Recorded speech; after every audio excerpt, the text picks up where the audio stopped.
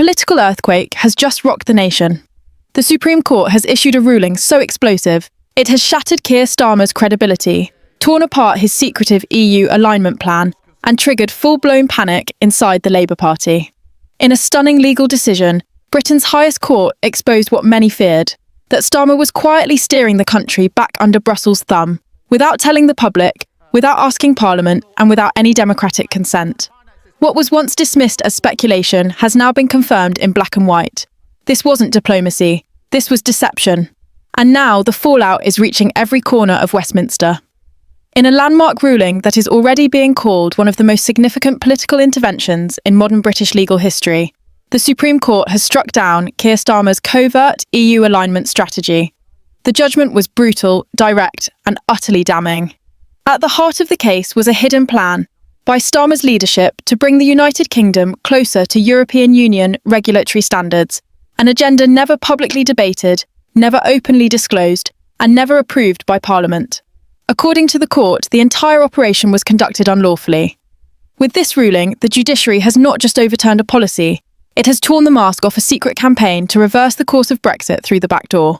For months, Starmer and his inner circle had used vague language, talking about economic cooperation, regulatory pragmatism, and stability.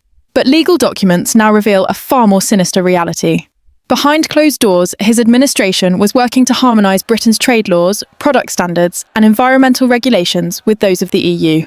Provisional agreements had already been signed with Brussels, embedding the UK into structures that looked suspiciously like re-entry mechanisms, without calling it that.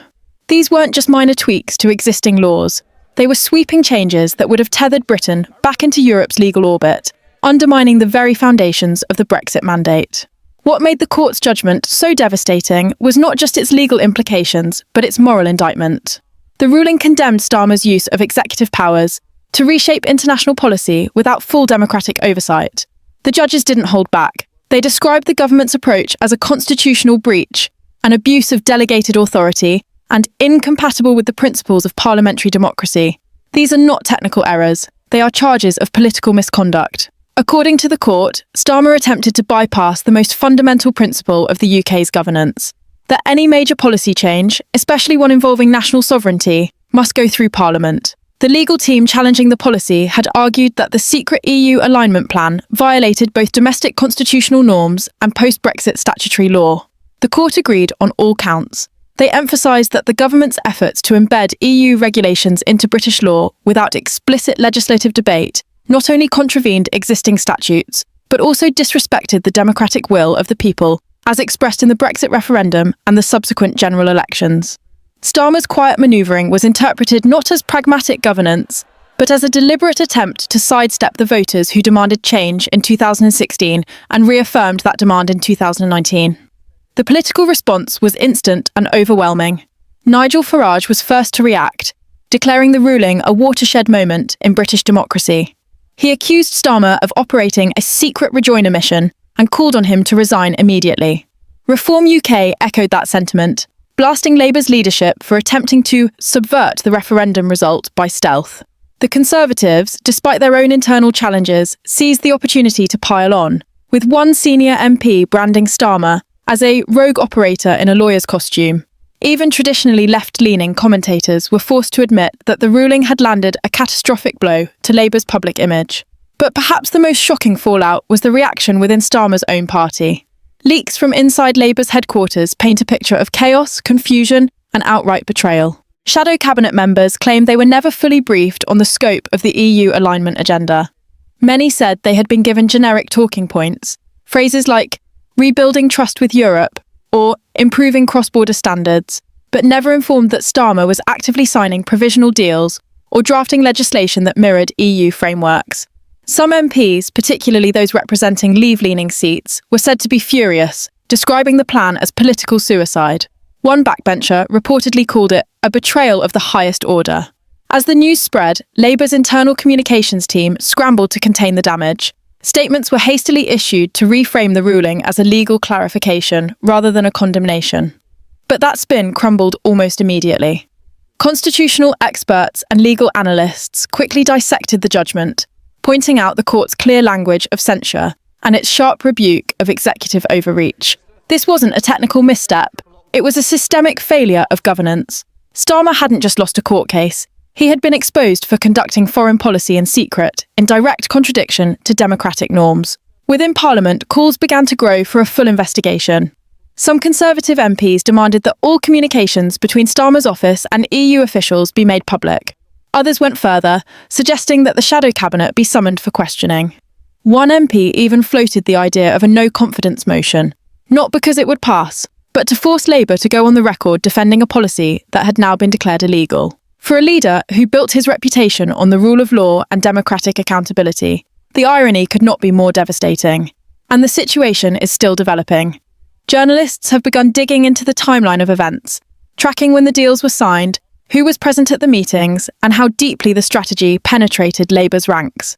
Already, names of key advisors are surfacing, figures with deep ties to Brussels and long-standing scepticism of the Brexit outcome. If more documents emerge, if more leaks continue, the pressure on Starmer may become unbearable.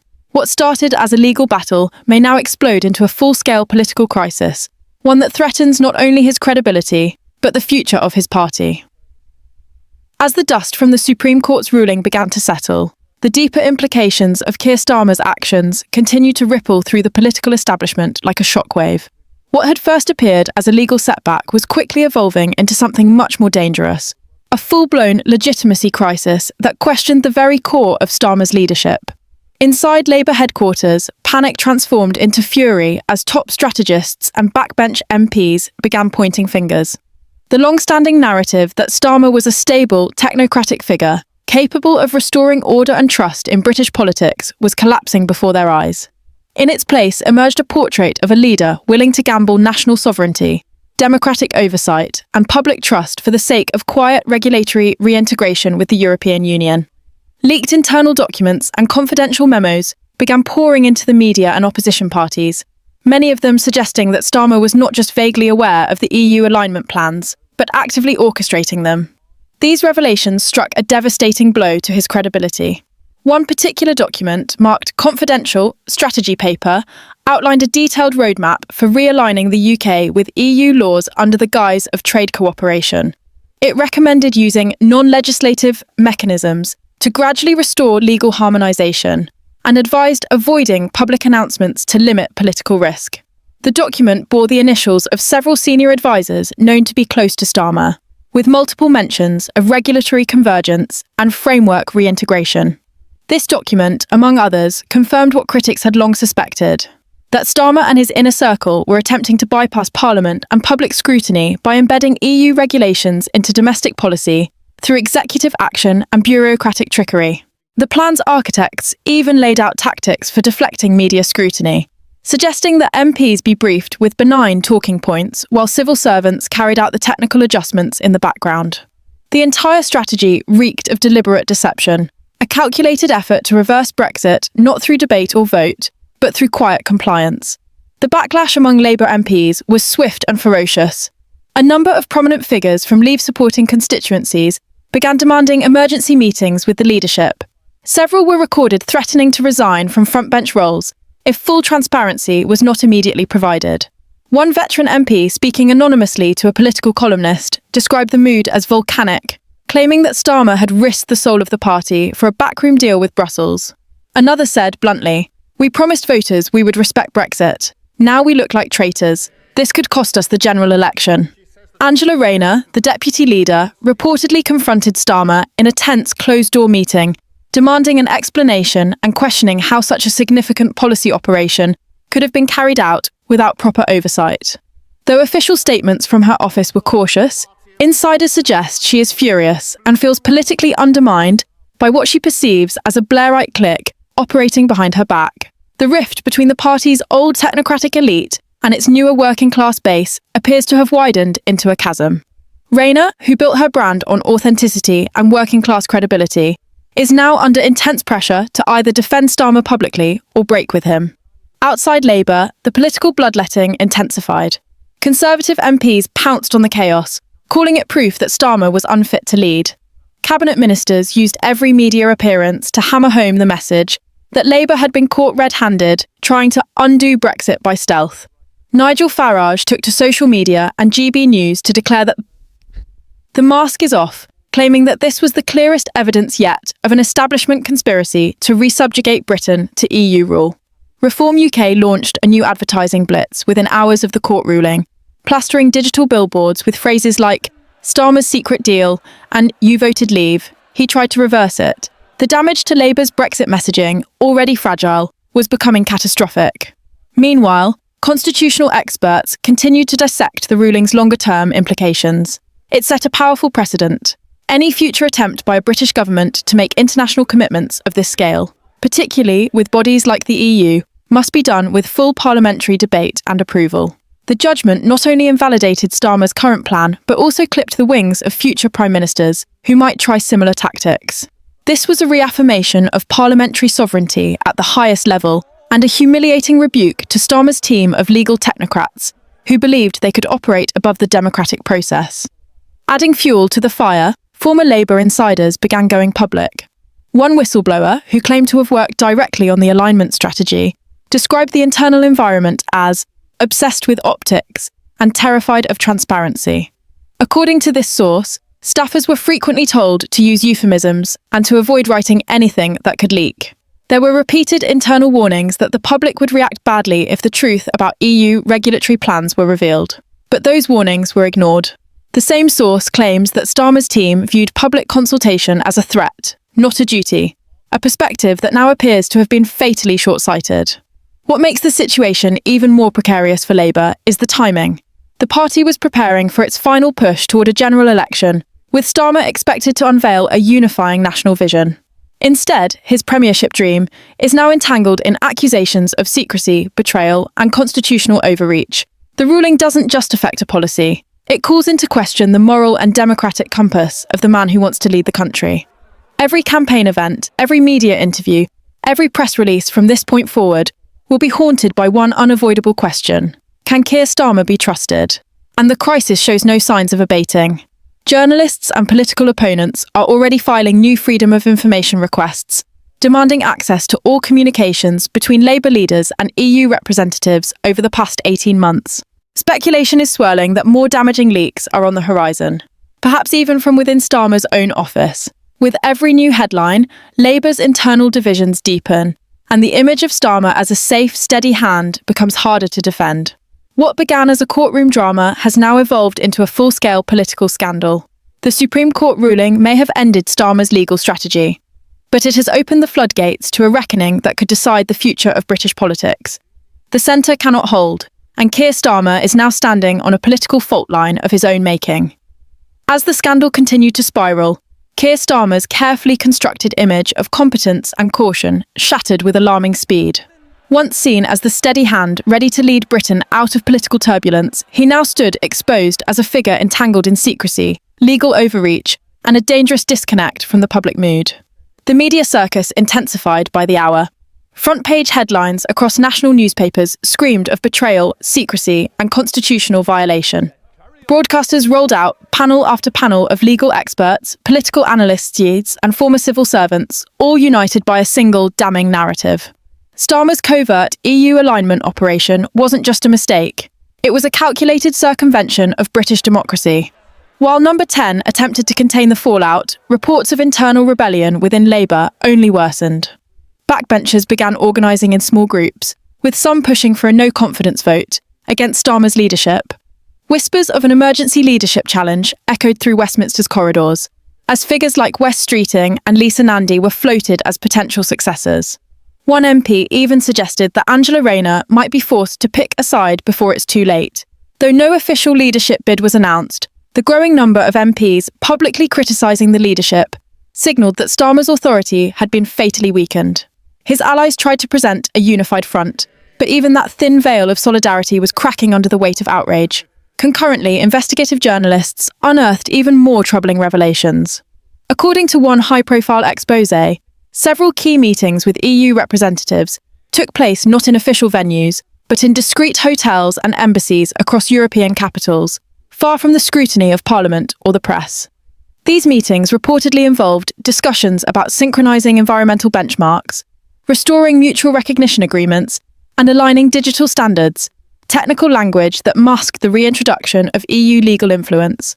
In one case, British negotiators even proposed rejoining an EU regulatory agency under the name of a strategic observer, a title that would allow influence without formal re-entry, yet still force Britain to comply with European rules.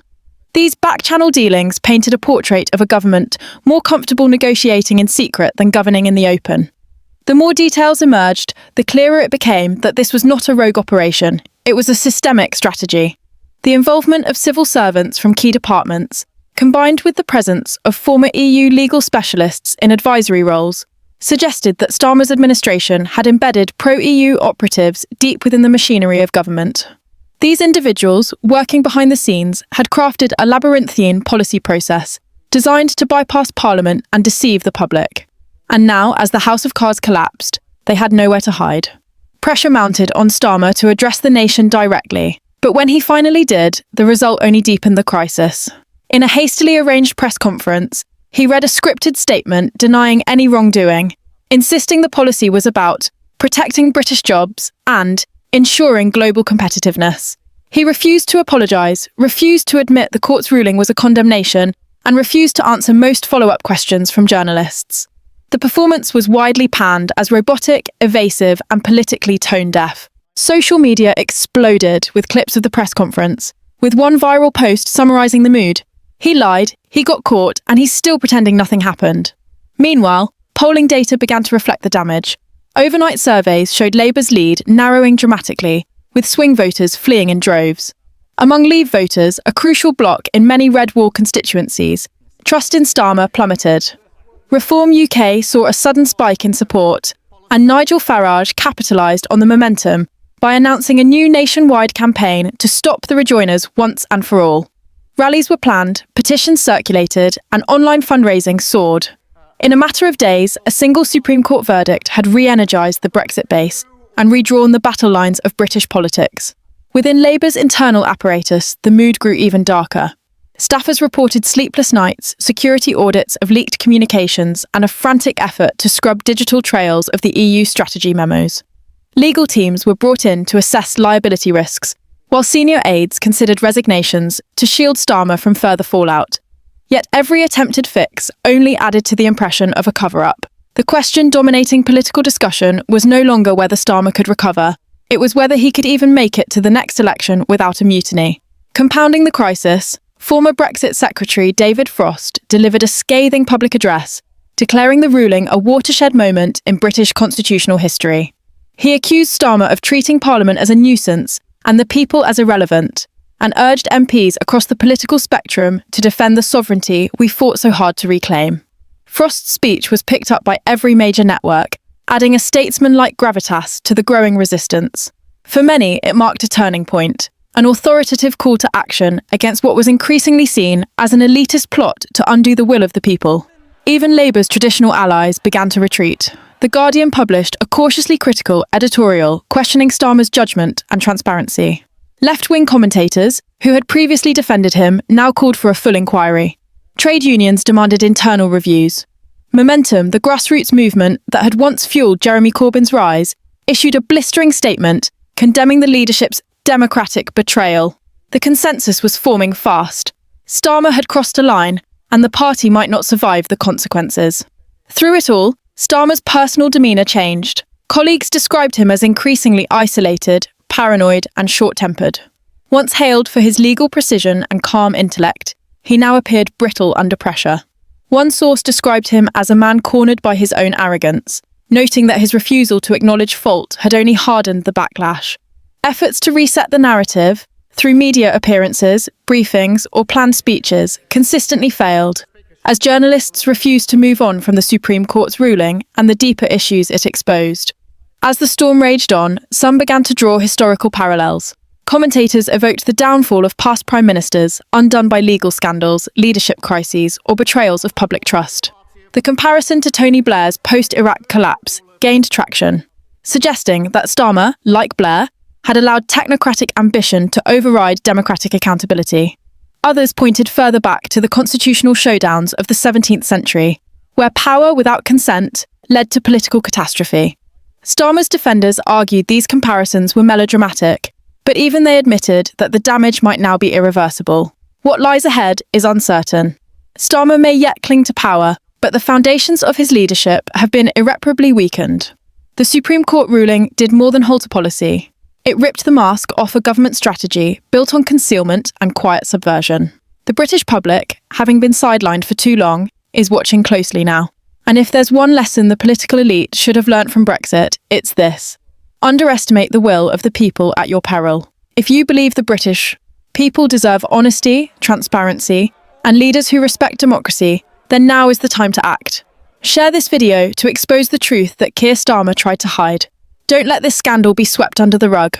Hit the like button to push this story into the spotlight, and subscribe for more breaking updates the mainstream media won't show you.